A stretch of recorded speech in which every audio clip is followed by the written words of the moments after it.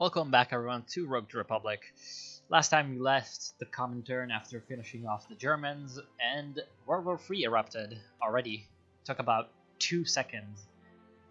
Oh right, I had forgotten about this whole situation. France is not part of the Allies, but they're part of the Comintern. Dun dun dun. Right, I'd forgotten about that. So you're gonna stay here. And you're going to defend Luxembourg when the time comes, because we do plan to backstab the Comintern. And then, well, we're going to watch in the meantime. The fronts of the war are varied. There is the Baltic front with Lithuania and Germany.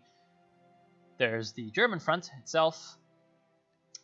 Then there's the southern front in Europe between Italy and all these Soviet-friendly states out here. In fact, Italy is not in the war yet. Oh. Okay.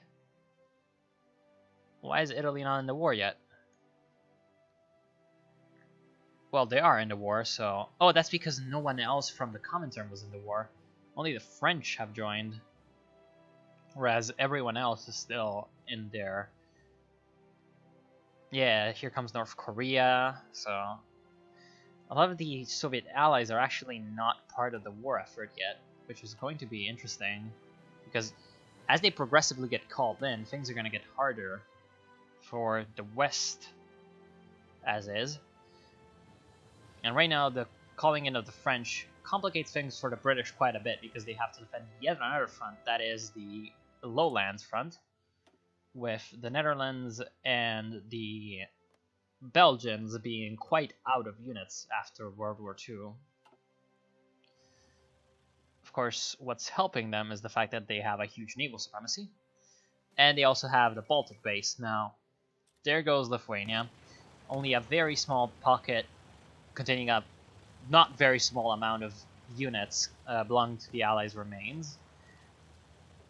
Near, of course, Memel, which is not Mimo, as everyone would like it to be. And, well, Poland will start being a battleground soon enough. Looks like the Soviets, because of the fact that Poland is not in the war yet, they haven't been able to push against Germany a little bit as much as they could have wanted to, maybe. And they're still fighting over the area, which is also kind of allowing various allied countries to reinforce the front in Germany. Including Switzerland. Interestingly enough, they're sending some troops around. And then there's the front in the Middle East as well. There is Iraq, or, well, I mean, not entirely Iraq. Wait, what the fuck? How are these British troops just standing in Iraq? Oh, right, of course, Iraq is not in the war. So, the Soviet troops and the British troops, who both have military access over Iraq, right? Where's the access? Yes, who both have military access to Iraq, are fighting each other in Iraq without Iraq being in war. That's a cool little interaction. It's happening in Turkey as well with Japanese armor.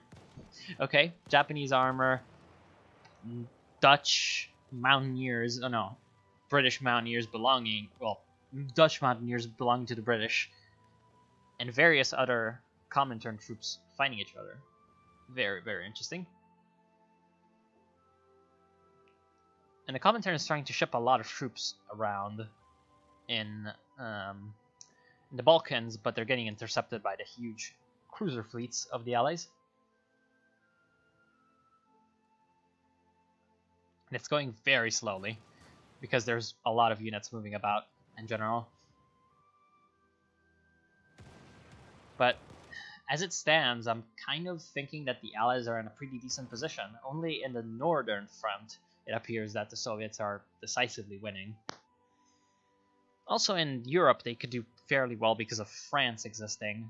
France should still have a decent amount of troops, because they didn't really lose all that much in World War II, so they could probably still have and muster up enough manpower to come back from the grave. Of course, they still have the problem of various Allied possessions around here, such as the American colonies, I guess, in Spain. And this Spain, which is going to join the Allies. Yes, in fact, it is already in the Allies. And our troops are starting to train up quite well.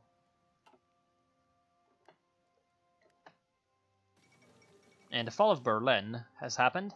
Soviet Communique has announced the capitulation of the German forces in Berlin.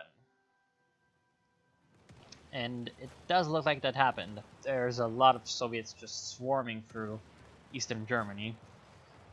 And the Germans really, really are not well equipped to oppose them. In fact, it's probably not made better by the fact that there's a ton of Comintern troops storming down from France. And so they'll be crossing the Maginot Line soon enough. The recaptured by the Germans Maginot Line, I guess. With a little bit of damage, but should still be able to slow down the French at least a little bit if they can pull some troops down into it. The combined might of the Maginot and the Siegfried lines might just be able to help them out. We are far behind both the West and the Soviets. In order to achieve communism and protect the people, we must engage on a gigantic mass campaign to catch up in a small amount of time. Then we could take also the 100 Flowers campaign, which might be a problem. It is the anti-counter revolution activities down here, and the cultural revolution.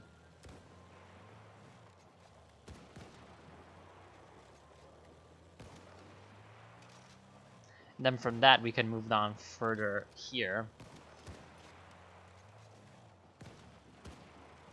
I guess we're gonna take it. Some reactionaries are still in their midset. The best way to expose them is to give them a chance to voice their minds. Okay, that's a clever plan, of course. This will, of course, mean the 100 Flowers campaign begins. The 100 Flowers campaign has been set in motion. Now we just need to wait for the rightest pigs to show themselves. Let 100 flowers bloom so we can pluck them. Okay, that's a very funny thing. Gain national spirit soft comments, which grants some democracy supports. The Great Leap Forward has begun. Soon we shall achieve a total and scientific communism. We shall surpass the Western world. So we're going to engage with the fact that there's a ton of fighting going on in the world. We are going to take the opportunity once China is a little bit safe, because everyone else is fighting each other and not us, to reform our government from within and hopefully become a little bit more modern. Now, I'm not sure if this will work or not, but we're going to definitely try.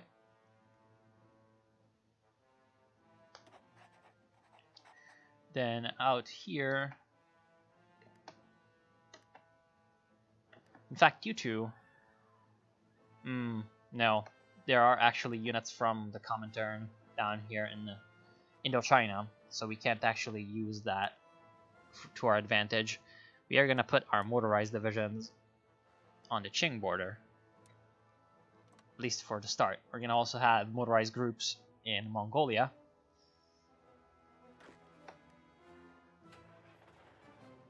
We're going to see if I have... okay, no units that are able to be deployed elsewhere. We can also produce fighters, which is a bit of a boon. Now, we're producing a heck of a lot of infantry equipment because we need it. But once we have a decent reserve of that, and a decent amount of troops in the field, we are going to start... In fact, we have a ton of support equipment as well, so we can reduce our support equipment production, also so that more goes into motorized.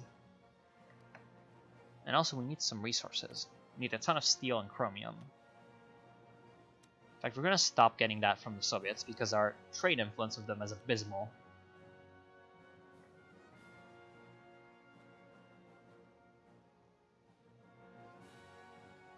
Unfortunately, our trade influence with everyone else is even worse.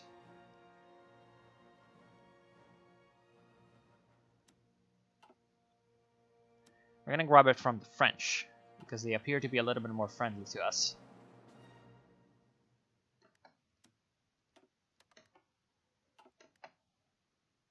And then we have a ton of chromium available to us as well. Or rather, that we need to grab. We're We're going to take it from Yugoslavia. And hopefully the convoys will not be destroyed by the Allies, which is probably what's going to happen, because the Allies are completely dominating both of these areas where we would like to get our resources from. Well, maybe not France. Maybe France actually has a fleet that is able to defend itself. But considering it's completely surrounded by Allied countries, I am doubting it. In fact, all around us we see parts of the Mediterranean and the Atlantic kind of being on fire, with convoys from the Comintern being completely intercepted and destroyed by Allied navies. But what's going fairly good for the Comintern is the central front with Germany, and also Estonia capitulating is definitely good for the Comintern. However, there's a pretty strong front in the Baltic, and a few Soviet divisions are actually being surrounded here, because they've managed to regroup near Memel with a lot of troops that they sent in, along with having Königsberg controlled by the Germans. They've also managed to somehow take Danzig, which is interesting. And there's starting to be a four in the side for Poland, which is not in the war yet, is it? No, oh, actually everyone is in the war right now. And the Soviets are already very high in losses. That's surprising, to be fair. I was not expecting that many losses to happen so quickly for the Soviets. I'm guessing it's some kind of bug. And there come our new divisions, ready to be trained up. And some of them are going to go up to Mongolia to help out in that front, but the vast majority is going to come down here. Now, it does look like the Allies are completely superior to the Comintern in this area because of the British Raj, so that just goes to show you the importance of having strong puppets. We can take fighter 2s. We are going to do that.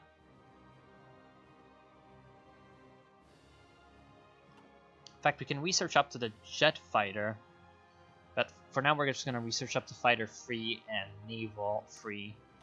We're going to build those.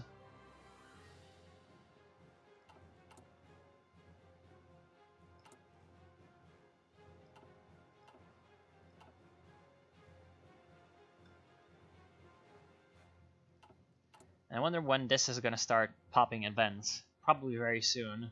We are getting that democratic support thing.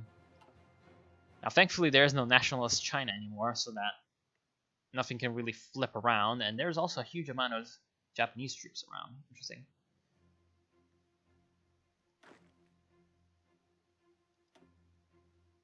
I'm going to be keeping an eye out for this area because there's going to be a lot of troops coming off the production lines and into the field. In fact, Xinjiang is being taken over by the British Raj as well, which is not good. If we just normally justify a war goal, it's not going to take very long because of the ridiculous amount of world tension that is around. What's the Comintern? No, well, I know what the Comintern is, but... Oh, okay.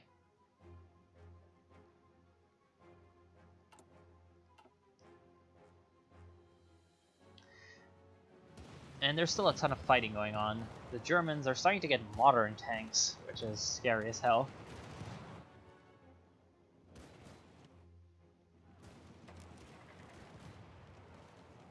And then we also have oil problems, which is to be expected. Why is there a battle plan? Oh, right, you. Yes, I know. Well, I don't really know which one that one was, but I guess it happened.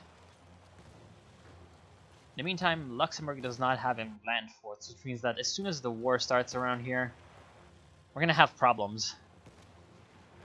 Because whatever decides to destroy us will be able to, with no land forts being available.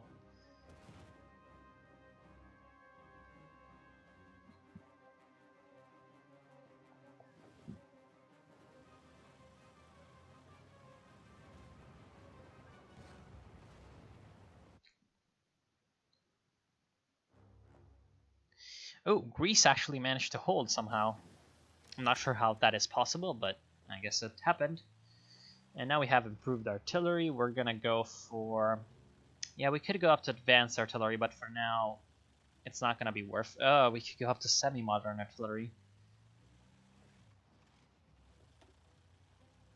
Now, we're gonna wait and get more aircraft, because we need that a lot more than we do artillery. In fact, we need to grab our factories that are producing artillery and make sure that they're doing it a little bit better.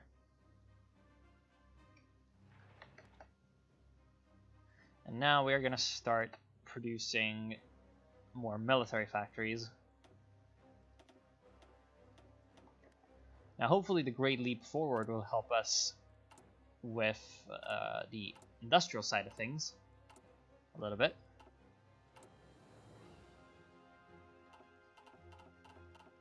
And then we can cancel a few production lines to make sure that we have a more clear picture of what we can do and can't do with our infantry equipment.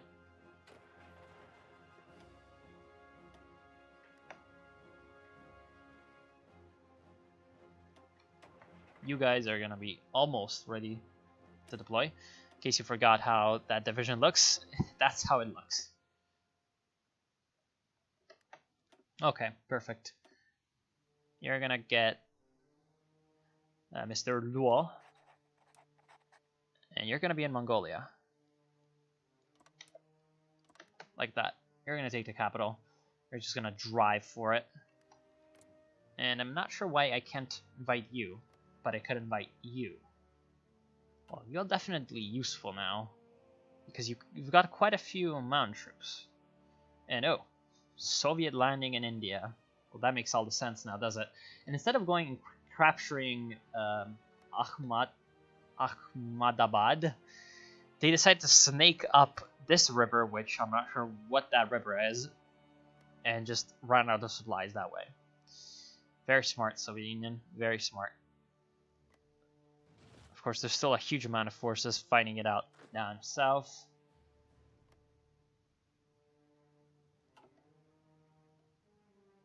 And a complete mess in the desert. Because, well, obviously the Comintern having a pretty weak navy means that the Allies can just move around troops and sink convoys, do that kind of stuff. There goes Albania, taken out by Yugoslavian armor. Very interesting. Still a pocket of Allied troops kind of surrounded in the mountains of Albania, which is very, very bad for them, because the mountains of Albania is probably the least likely place you want to be surrounded in. And they're going to be taken out very quickly. There's still some problems going on in Italy.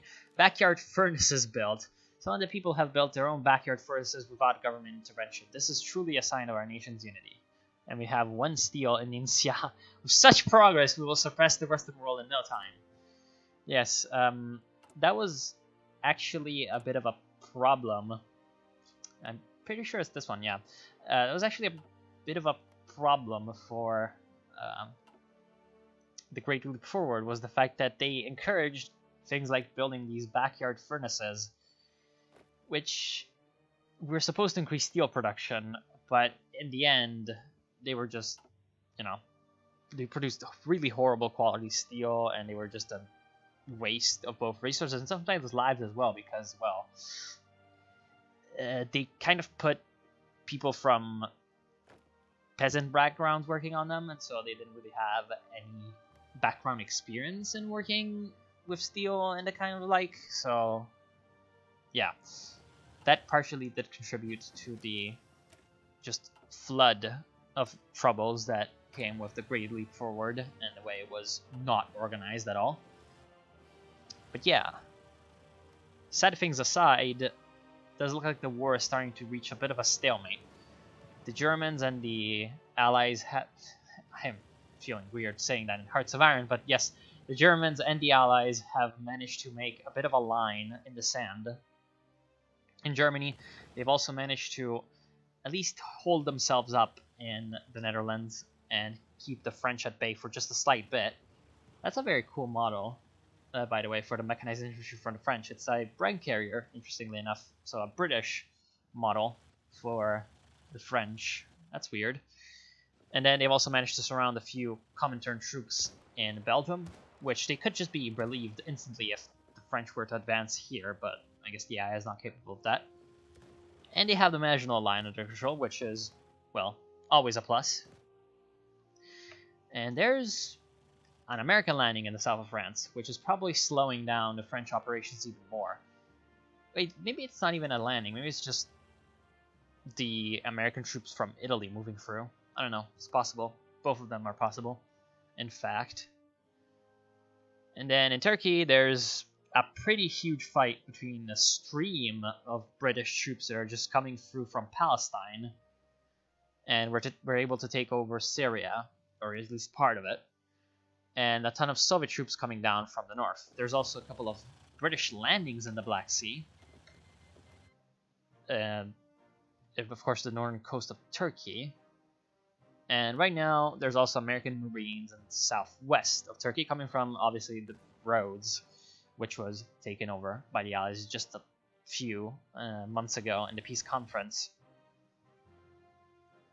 The other front is Greece, which could be a very easy advance for Soviets and the Yugoslavians. But there's still some Allied troops just huggling about in southern Greece, which, obviously considering the very, very bad terrain of Greece, if they can just send a few troops up and set up a line of defense around this area, then it's going to be hard to reach even with superior numbers.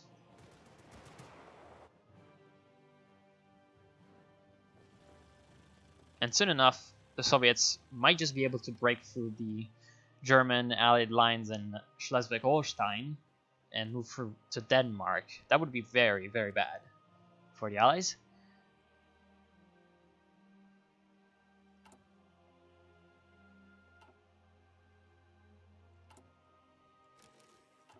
And we have problems. Now do we? Yes, we do.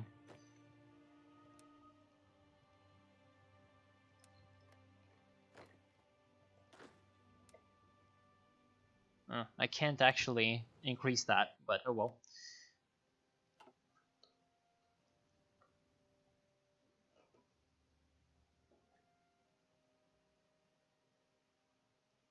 How is the training going? Pretty well.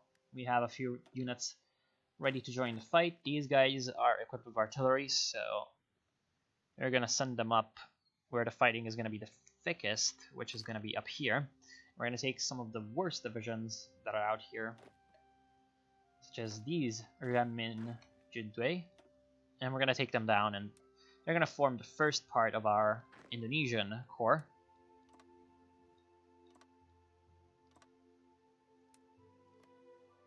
Along with a few of the units that we're training up here, such as these.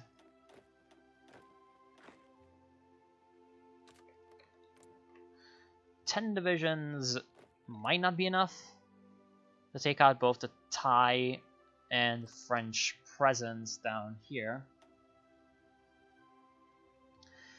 but they might just work. We're gonna give them Khan De Huai as a general. Very inexperienced, so not gonna be as effective. And you are going to be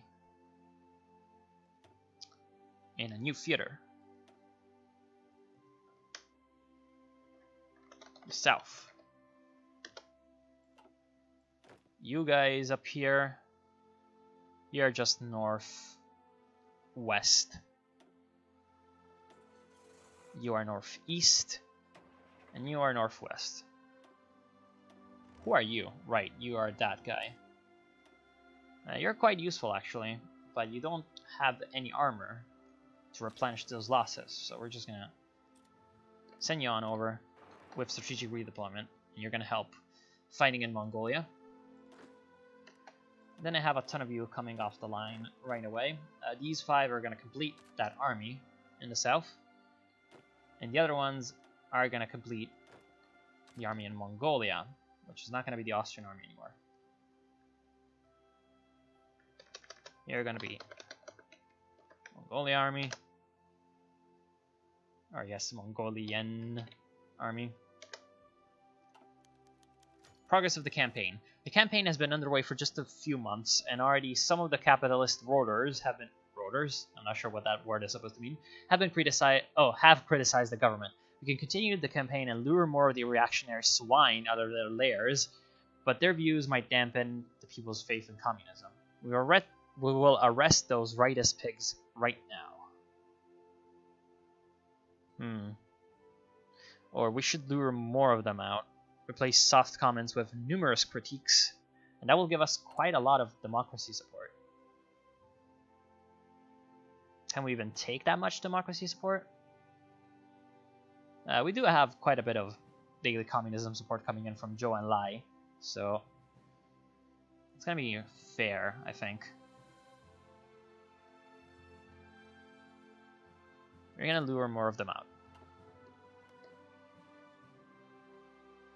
These devious schemes might pay off and probably give us a lot of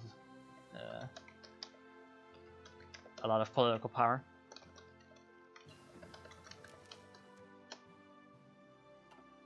And Fighter 2, great. Gonna go for Fighter 3.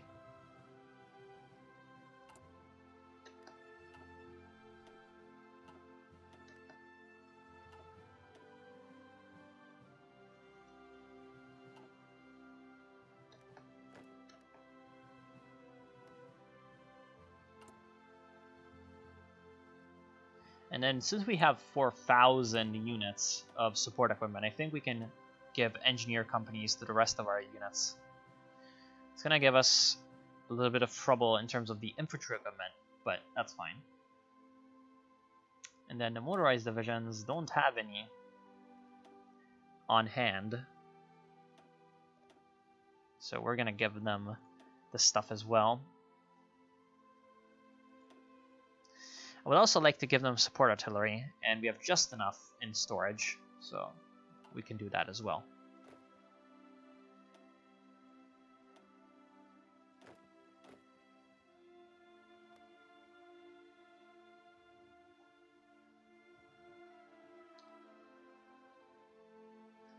Our fleet in the meantime has grown quite a bit. We have 52 destroyers, a ton of them of good models. So at least for now, we're just going to continue building destroyers, and then eventually we're going to organize that a little bit better. But because of this, I think we can reduce the destroyer count and increase the carrier count. Of course, we're also going to give priority to the carriers for the oil and the resources in general. Mechanical computing. Yeah, we're starting to go down this line, but I think we can't really afford to research these things anymore. We're going to have to go for the Carrier Fighter 2, or maybe we could just wait for the free. No non-aggression packs.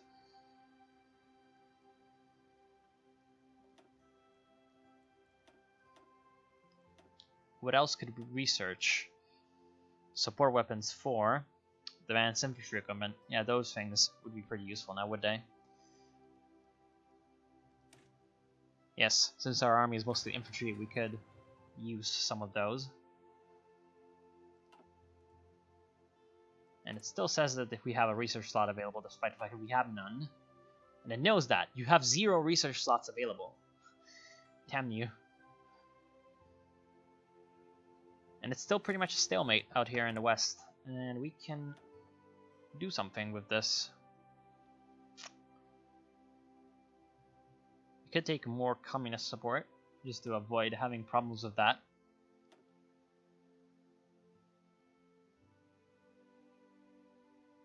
But I think we're going to take a national character at this point. Resource gain efficiency would be useful. But that would increase the justify war goal time. Lessons of history, ideological struggle.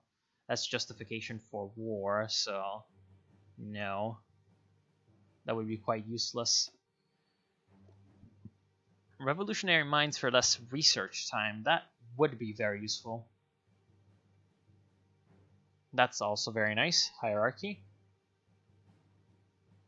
Construction speed and production efficiency retention. That would also be good.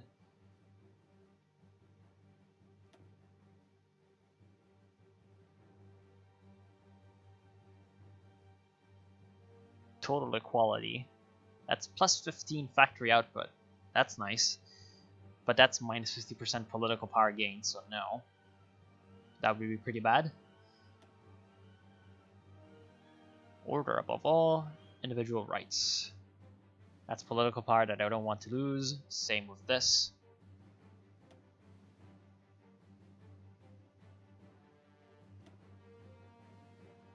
This one looks to be the best. Except for the nuclear reactor and rocket site stuff. It would be pretty great to get that additional minus 10% research time. Construction speed.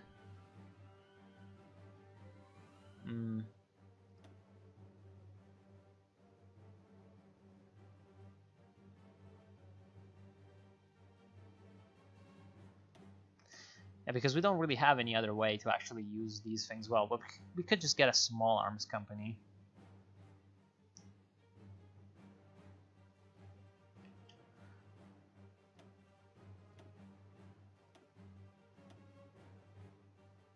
Balanced approach, order above all. And these other things are not very useful now, are they? Yeah, no, this would be pretty bad as well.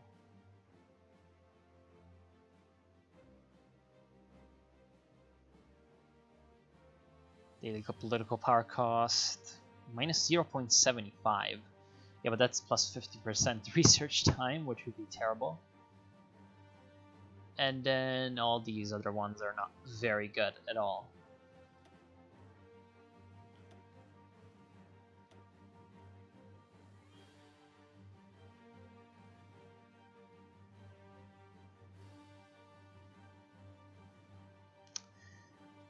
So yes, I'm going to take that minus 10% research time. Very useful. Minus 17. That's how much we are up to. And considering how we had started with a very, very high research penalty, we're going to need that just to catch up in certain key areas. And there's yet another D-Day coming in. So here comes the Canadians through Cherbourg. And then the Mexicans through Brest. And also there's a lot of Allied troops just preparing for themselves in Britain. So how many divisions do you have? Not a lot. Not a lot considering how many you are going to be facing soon enough. And there's just a flood of Soviet divisions coming through. More backyard furnaces in Anhui.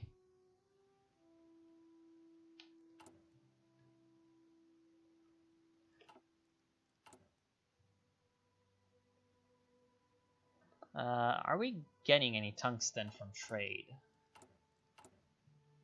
No, good. Are we getting any rubber from trade? We are. And we don't need any rubber. Okay, so stop that. Chromium. Yeah, we need that. We need that. Aluminum we don't need as much as we are currently importing. And we can also import it from people who are more friendly to us. Such as Yugoslavia. Wait, really? Right.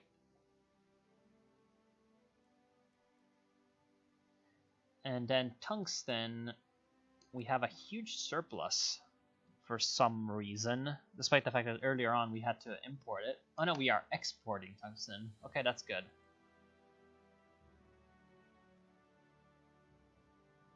Good.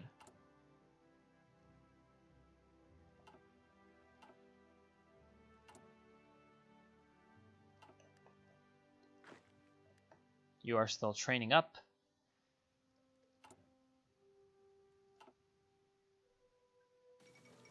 The United Kingdom announces a Balkan diplomatic initiative, and by diplomatic initiative they mean shelling. That's probably what they mean. And I think I'm just going to end it for now. So I want to thank you all for watching. Sorry for this episode that wasn't really too eventful. When I'm going to be back, we are going to have only things that are going to be too interesting, such as the next step in the 100 Files campaign. We're just gonna, check that out. And then once we are ready, we're gonna take on the Soviet Union. So I want to see you then, and I hope you enjoyed.